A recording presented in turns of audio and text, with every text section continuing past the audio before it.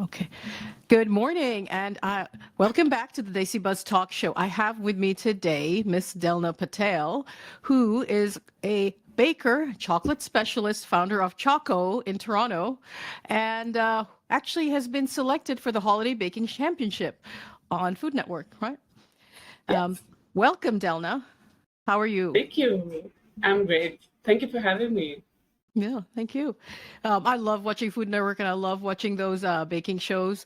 I know, right? And all of the shows actually, we'll talk a little bit about them. We just my kids and I are just like little foodie addicts. uh, so Del, let's go back to like when you started baking. You started at such a young age and you're from Pune, India. Can you take us Yes. back to when you were baking cakes with your mom and what are your fondest memories of that time? So I actually started baking when I was probably 8 or even younger. Wow. Like technically not baking as much as troubling my mom. So I used to be with her in the kitchen, sitting on the countertop, waiting for her to finish mixing so that I could sneak in the bowl and have some The dough, leftovers. the cookie Yes. dough or the dough is the best part sometimes. Yeah. And although now I know that you shouldn't have that, but as a kid, you don't care. It's Yeah, chocolate. right. So I used to wait for her to go away. So I used to be like licking the bowl clean before she's back. And that was that was something that stayed with me and it still does. I still feel that happiness. When I think about that memory, I still feel warm inside. I feel that happiness. And I really miss her. Hmm. Yeah, I bet you So do. this this Hmm. is one of the best memories that I've had of her. And after she passed, I started baking on my own because I really missed her cakes. I missed Hmm. her. I missed our time together. So that's what inspired me to start. Yeah, so baking connects you to your mom and the memory it lives keeps your mom's memory alive with you, seems like. Yeah, Yeah. And so with that you were called chocolate chore, yeah, meaning thief. yes. So you started with chocolates first, right? So is it the chocolate that made you more passionate about baking too? Not really. I just love chocolate as a kid. Like chocolate, not Hmm. candy, chocolate. I Hmm. Yeah. love chocolate. Hmm. So my mom used to gather these chocolates, like we used to get from friends and stuff, right? Gifts. So Hmm. she would hide them in cupboards on top of the fridge, on like really high so that I can't reach it. But I would get a stool, put another stool on that, like climb There's on things. dedication. Yes, climb on things, get my chocolate, leave the wrapper there, and then I go on love my it. way. Love So it. people know, okay, I have been there. Like I don't think I had that presence at that point that oh maybe I should hide the wrapper and throw it. But That's that funny. It's said, it really was really cute. like chocolate chore. Uh-huh. Your mom made chocolate cakes, right? And they were like legendary among your friends. Oh What was special about her yes, baking and the chocolate and I'm assuming that's influenced your approach to baking. Did she do something specific? yes. So she used to have this one chocolate cake that she used to make. It was Her like a signature sponge, cake. Hmm. and she used to have a liquid ganache almost that she used to pour Nice. in. So it used to soak into the sponge. And then she would put walnuts. She loved walnuts, so she would put walnuts and Mm. cherries on top. But that chocolate cake, it used to be so moist, but so chocolatey and light. Oh my god, it was just, You I see could how your eat the face whole thing. lights up when you talk about that. I want some of that right now. Oh my god. Oh my And goodness. it's just the sheer happiness and love that she used to bake with. It's the love that's in Every there. That yeah, yeah, like everything would that just makes it taste taste like better. actually. Mhm. Tell us about your journey from Pune to Mumbai. You went to Canada, of course, is where you live now, and France. So your journey is quite, in terms of how did that, you know, hone in your craft? What actually inspired you to do the pastry arts? And you went in such diverse institutions, such prestigious institutions to study your craft. Tell us a little bit about that. So I really love baking as a hobby because Mhm. like that's all I did all my life. But once I graduated BCom, I wasn't too sure if this could be a profession. So It's I was not the actually that's going not to the usual profession that most Indians aspire to or are exactly, told to aspire to, right? So, exactly. So mhm, I was sort of going to get into MBA, and I even did few MBA CAT courses and stuff. mhm. But I never really enjoyed it. I hated it. And every Wasn't for time you. I was Mhm. no, and every time I was in the kitchen, and coincidentally, I made some chocolates for my MBA teacher, and she ate Aha. this, and she's like, "What are you doing here?" And That's great. and that's what made me think like maybe I could think of this as a profession, and Mhm, so I decided to start slow. So like, mhm, let's go local. Let's study local first and see where it goes. If I like it, then I can go abroad, study further. mhm, So I went to the Sapphire Polytechnic in Mumbai. mhm. I did a 1 year course there in baking, and I loved it. I absolutely loved everything about it. They taught us so well. They taught us all the backgrounds, all the foundation. The foundation that I Mhm. built there is still strong with me.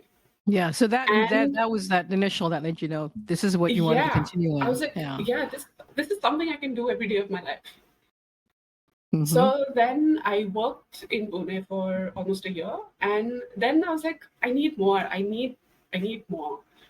So I started looking into courses abroad, and I got came across George Brown, mhm. and George Brown is one of the best universities you can go to in Toronto. So there was a 2 year baking and pastry arts program that I got into first, and that was basics again, but it was polishing your basics. Right. So it was a little more advanced than the one that I did in Bombay. I knew a lot of stuff from the Bombay course, but this is something that I really enjoyed restudying, I would say. Mhm. And then eventually after that, uh, I also became a valedictorian of this program, and Right. I was like, when my professor came and told me, "Oh, we selected you as the valedictorian," and I'm like, "What? What is that?" Because in India, we don't have things like that. Right. And that's when I realized that this is my path. The path that I Yeah. have embraced is the right path.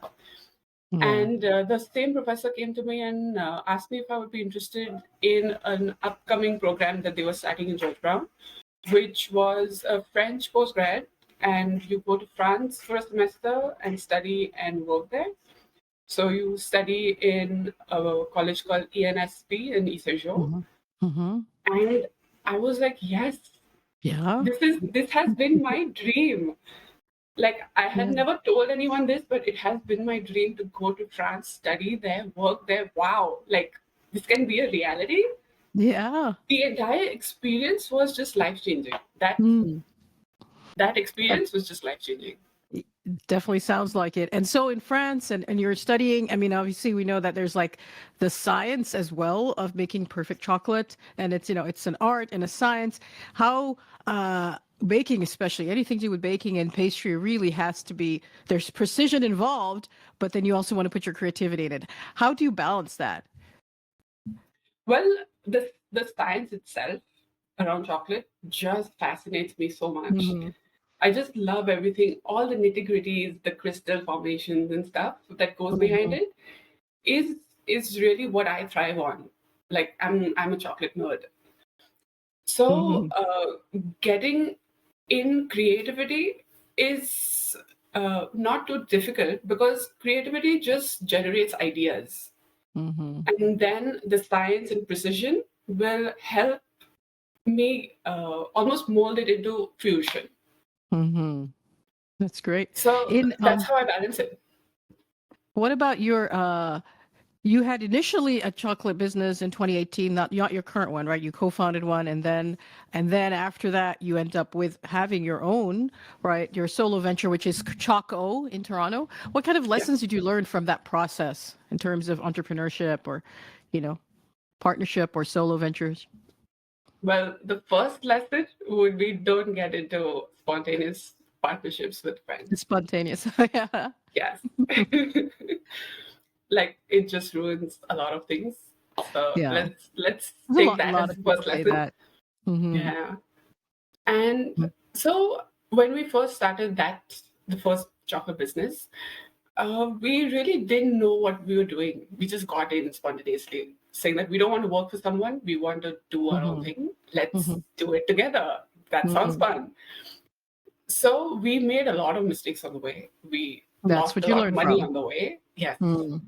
Hmm. we we had a lot of fights, a lot of creative differences. Mm. And so when I had to start Choc Oh, I literally got out of there and jumped into Choc Oh immediately because I knew everything. I knew how to start it. I knew the entire Hmm. process. Hmm. And it just got faster for me because now I know what to avoid and Hmm. what to do. Hmm. So even though it was a really dramatic breakup, it did teach me a lot. And I am really grateful for that entire experience as well. Yeah. So tell me, when you founded Choc Oh, now it was during the pandemic, wasn't it? Yes. So what kept you motivated? I mean, that's pretty difficult. I mean, it's for those people who started businesses during the pandemic, it was pretty challenging. So tell me, what Yes. kept you motivated during that time, and how did you So, select the name? Also, by the way, so not just sorry, I lost my train of thought. yeah, But during the pandemic, yeah, founding so Choco. yes, it's not just founding Choco, it was also letting go of the first business. Mm, So the fear was always there that, okay, this didn't work out. And just because of the pandemic, we have shut down. So starting again, is it wise or no? But just mm. the thought of not being able to work with chocolate, it just scared me. I Like I can't live without chocolate. What do you mean? No, I can't. I literally cannot. Like, I get anxious just thinking about it. Hmm. Like, not getting to let my, getting to let express my creativity is Mm. just scary. And that's the first thing that motivated me and almost forced me to get into my next venture, which was Choc Oh. Hmm. And my sister and I came up with this name. We were brainstorming, saying, what can the name be? And the first technical reason was I wanted the name of Toronto in my name Hmm. because, like SEO and stuff, it would be Right. really That's easy for smart. people to find me and stuff. Hmm. And the other one was ever since I've been making chocolates and cakes, every time I make something, they have like a wow factor. Like all of my stuff has a certain wow factor. And Mm-hmm. every time people see it, they'll be like, oh, or Ah, I wow. see. So that's where we came up with we could have just named it Choco, Right. but But the it's O and just exclamation mark and the oh Toronto, that's great. Choco, yeah, Toronto. Yeah. Choco. That denotes the wow factor Yeah. of my chocolates. Yeah. Speaking of like that, I saw one of your Instagrams with oh my goodness, the jigsaw puzzle, the holiday jigsaw puzzle with the Yes. chocolate. Wow. Obviously, yeah, it is. Wow. It's That's super popular. yeah. Yeah, I see that. I'm sure you got really busy with that. Yes. So tell me, like you said you started, I mean, you probably bootstrapped a little bit. You started with limited resources when you started. Yes. So now how did you turn this Choco into this successful brand? What are the strategies that helped you build that brand and recognition? Obviously, your So amazing Instagram posts are probably part of it, but I would hope so.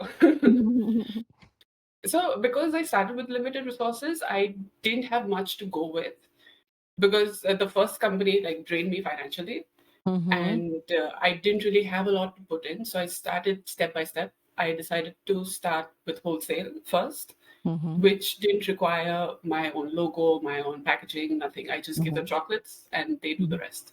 Mm-hmm. So I started with that. And on the side, I kept building a social presence. Mm-hmm. So once I started getting recognition, once people started sending me messages saying that, where can I buy this? Where can I buy that?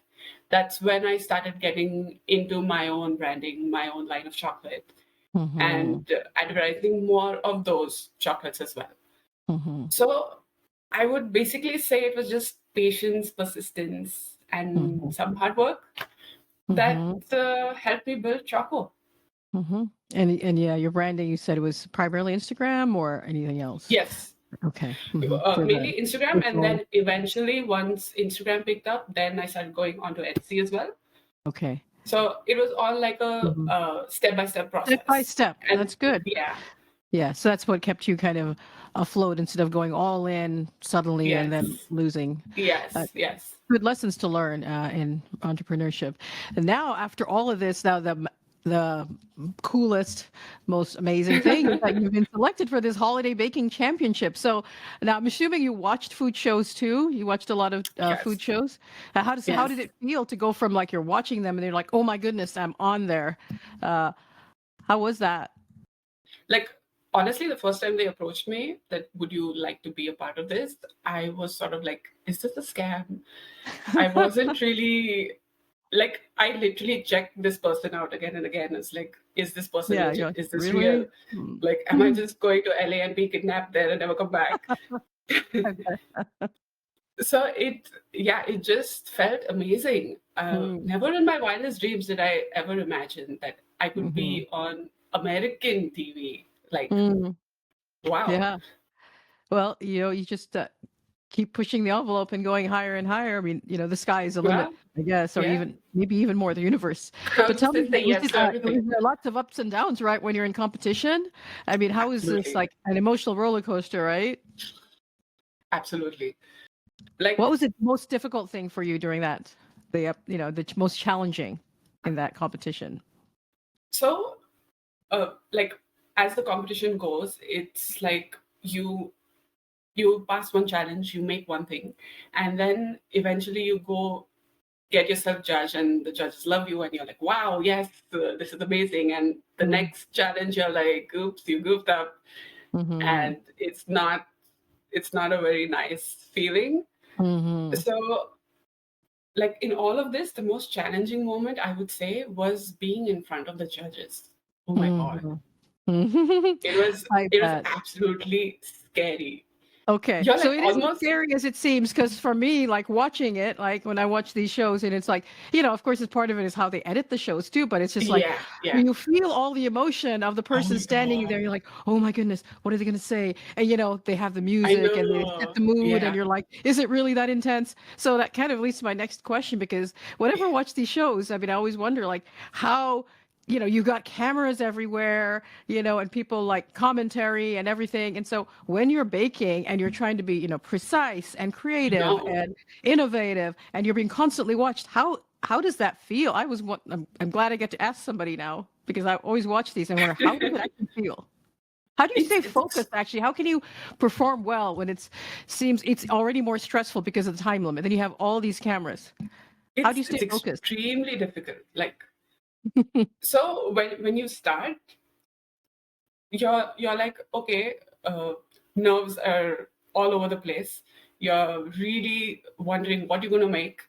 You don't know what the next challenge is going to be. And as soon as Jesse says, okay, start, you just let go of everything because you Mhm. don't have the time for emotions. Mhm. You're literally just like, go, go, go, go. You have no time to think. Mhm. So Mhm. even if there's a camera there, you basically eventually zone it out and you're just doing your thing. Yeah, yeah. But like, I'm really camera shy, and this is absolutely out of my comfort zone. So it That's was a how you little, grow. yeah. Eh, I would just say it's the mhm. Yeah. adrenaline Adrenaline keeps you that going, gets you yeah. through the entire thing. Mhm. Yeah, on the show, what was your proudest creation, and how, what did it have any special meaning? How did it feel to represent your family or your community or, Pune or India or whoever on this, on the show? Like, I was absolutely proud of everything that I did over there because of the time frame that they've given us. And I would say the one that stood out for me the most was the apple and fennel Napoleon. It Mhm. was sort of a team challenge, and everyone was making something out of apple mixed Mhm. with their background, I would say. Hmm. So I really wanted to bring my background, my Indian background, and Yeah. use So fennel that's because I love so fennel. yeah. Yeah, Yeah. so I feel very nice. Yeah.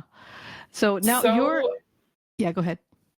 so just making puff itself is really Mm. difficult by hand and making it Mhm. in 2.5 hours as a dessert with the filling, Mm. and it coming out so beautiful. I was really proud of that creation. That sounds And really good. coming to my family and community, oh my God, I owe all my success to them. My family has been so supportive.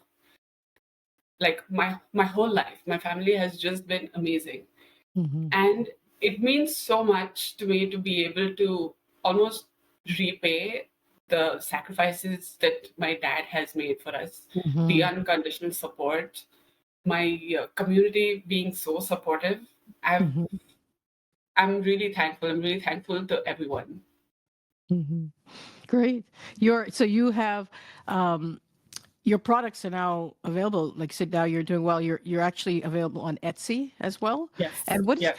and you said what is the most unique thing about Choco chocolates? And when customers kind of give you feedback, what are the things that you kind of cherish about the feedback that the customers give you? Yeah. So the chocolates at Choco are made in small batches. So I make them myself, and I make sure that everything that I use, the ingredients are high quality. The Hmm. the everything that goes into it is well thought of and is made with With utmost love. happiness and love. So you're infusing the Because emotion of the love and the yes, happiness into yes, the I, chocolate. I I love making chocolate and I love seeing people eat my chocolate.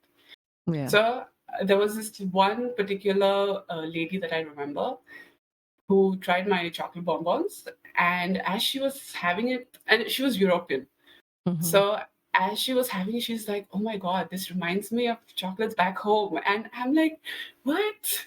Oh, Wow, that's really good feedback. That must make you feel so good. yeah." Yeah. That really stayed with me. Mm, that's that's really nice. And so where do you see Choco Toronto going in the next few years? Right now you're back, everything is made yourself. You're completely in Yes. control of the quality. All your love, your passion is going into every single piece of chocolate or pastry. And so where do you see in the next few years? Are you planning to expand the product line, explore new ventures, or what's your big vision for Choco Toronto? So I definitely want to get into ice cream. Hmm. That's like a new aim Hmm. I have in life. Hmm. Like recently, I've been very interested in knowing more about it. So Hmm. that's probably my next venture to hone up. And yes, I do see Choco having a store in the future. All right. I would really like to expand and for it to be more accessible to people around. Hmm. Great. Now, so you're for other aspiring bakers or entrepreneurs looking to follow their passion, what is your advice, to turn like your childhood dream into a reality? What advice would you give? I would say never stop learning. That's the only way you can grow. Hmm. So as much as you can learn, like you never know enough. Like even if there's someone who is at a uh, beginner level who's told you something that, oh, this is a good idea, don't shun it because, oh, I have 10 years experience. Learn from it. Hmm. Don't let your ego Hmm. get in the way. Hmm. Be Very unique. good. Yeah. Be unique. And well, be patient. Like Rome wasn't built in a day, and neither is a business. Yeah. So just be patient, work on it, keep showing up every day. Like there will be times where you'll question yourself, like, what am I doing? Why am I Hmm. doing this? But just get through that. Like once you get through that, things just keep falling into place. Hmm. Just So you'd hard say work. your secret to success is keep learning, Yes. keep showing up, um, Yes. yeah, and stay unique, stay true to yourself. What about your mom had a stream of Pindell, and you said this had an impact on you. Tell me about. I know you mentioned a little bit how you keep her memory alive in your work today. Yes. So my mom really had an idea of having a shop of her own, and she wanted to call it Pindel, which is my sister Pinaz and me Delna. Hmm. So that I always found that name funny, and I was like, no, like we're not calling it Pindel. Like even as a kid, I was like, no, we're not calling it Pindel. Hmm. But just like I wanted to start a business just because she had this dream, and I wanted to sort of live it for her. Yeah. And I basically started it for Yeah. her. So you're And doing carrying out what she wanted you to do. Does your yeah, sister get involved at all with your business? no, No. she hates cooking. She's like, no. She'll definitely do the creative side, Mhm. and she's a creative designer. She's a web Mhm. designer, so she's really creative as well. So she helps me with the designing, the logos, the Oh, stuff that's like good. that. Mhm. But the cooking part, she's like, no, I'm not cooking. Mhm. Mhm. But it's just keeping my mom's memory alive. I do Mhm. it through my nieces. Mhm. So I bake with my nieces just the same way she used to bake with me. Oh, And that's I great. absolutely see myself in them. Like when they're baking with me, they're just so happy. You can see like the Mhm. twinkle in their eyes, and they're like Mhm. all full of energy and happy. And that Mhm. joy just reminds me of her. And it's just such a happy, loving environment. Right. So that's how I keep her memory alive as well. That's wonderful. So just paying it forward, continuing the tradition with the next Yes, generation. Uh, yes, absolutely. as so obviously your family has played a big role in your success. What else can you say about how your family has helped your success, and how you have turned any kind of setbacks into opportunities as you've gone on your work? So, setbacks are basically a part of life. Mm-hmm. And I have sort of slowly learned to embrace them. Like during the first business, it was a little difficult to, like, when you're in it, it's difficult to be positive. But eventually, you see everything happens for the best. And uh, resilience for me is just looking at the positives in any situation. So, like, um, as long as I know that things are going to get better, it gets Mm-hmm. easier for me to live this situation. Mm-hmm. And also, I know I spoke a lot of my mom, and not about how much my dad contributed in this as well. Mm-hmm. And he has basically been my rock. So my dad has it. I am in chocolate because of my dad. There was this time where there was a class that I was invited to, and it was 500 rupees, and I was like, "My God, too expensive! I can't do it." So I had already said no. But when the lady went to my dad, and she's like, "She's saying no. Why is she saying no?" So my dad is like, "Why are you saying no?" I was like, "It's 500 rupees," Mm-hmm. and he's like, "You don't care about that. Like, let me do the caring. You Mm-hmm. want to go, you go."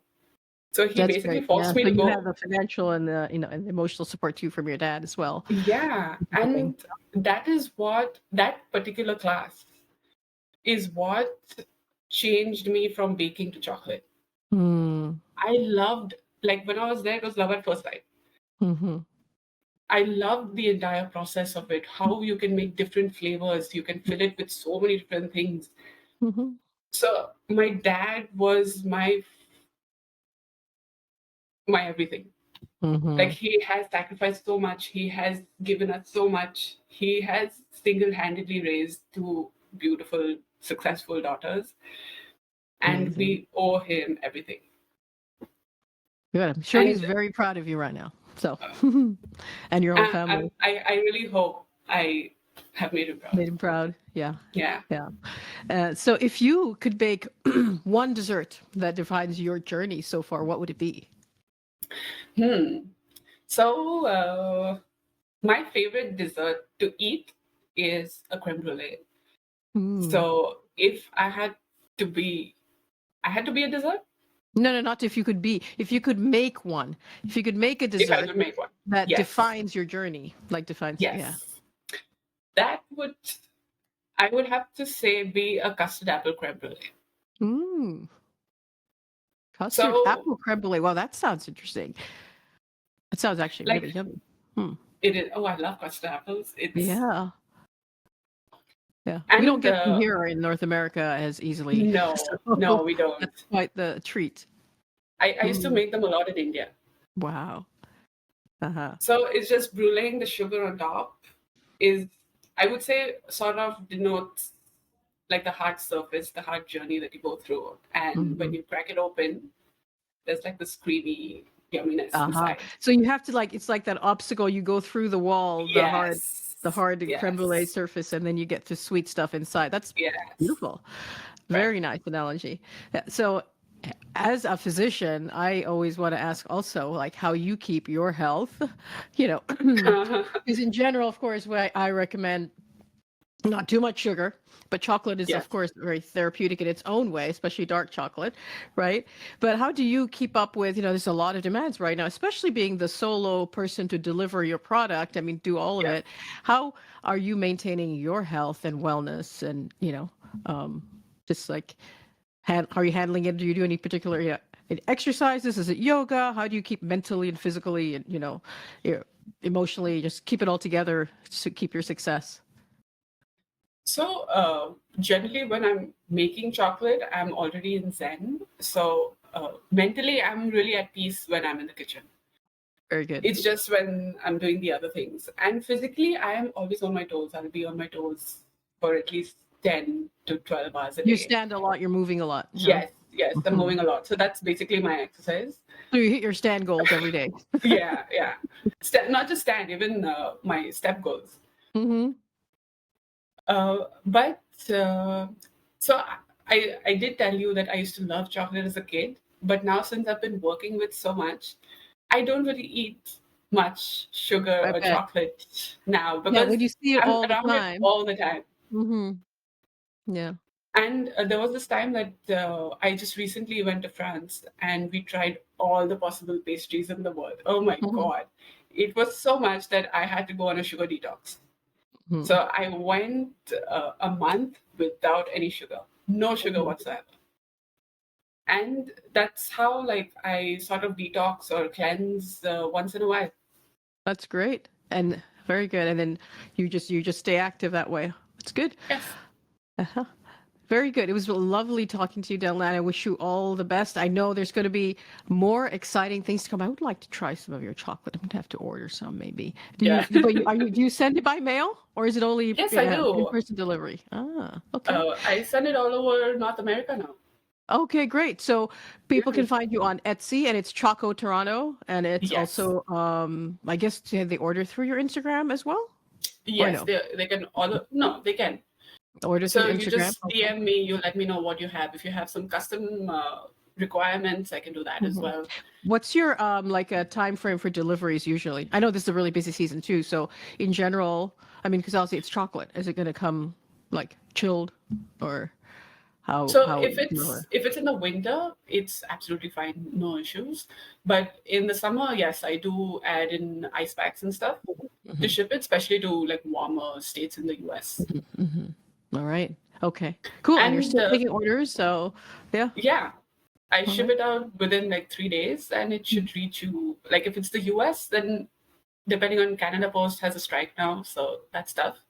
Hmm. But UPS and stuff are pretty good as well. Okay. That's Great. not an issue. Well, I look forward to trying to taste some of this chocolate. Thank you so much. Congratulations again and all your successes, and wish you all the best for for the future of Thank you your so much. chocolate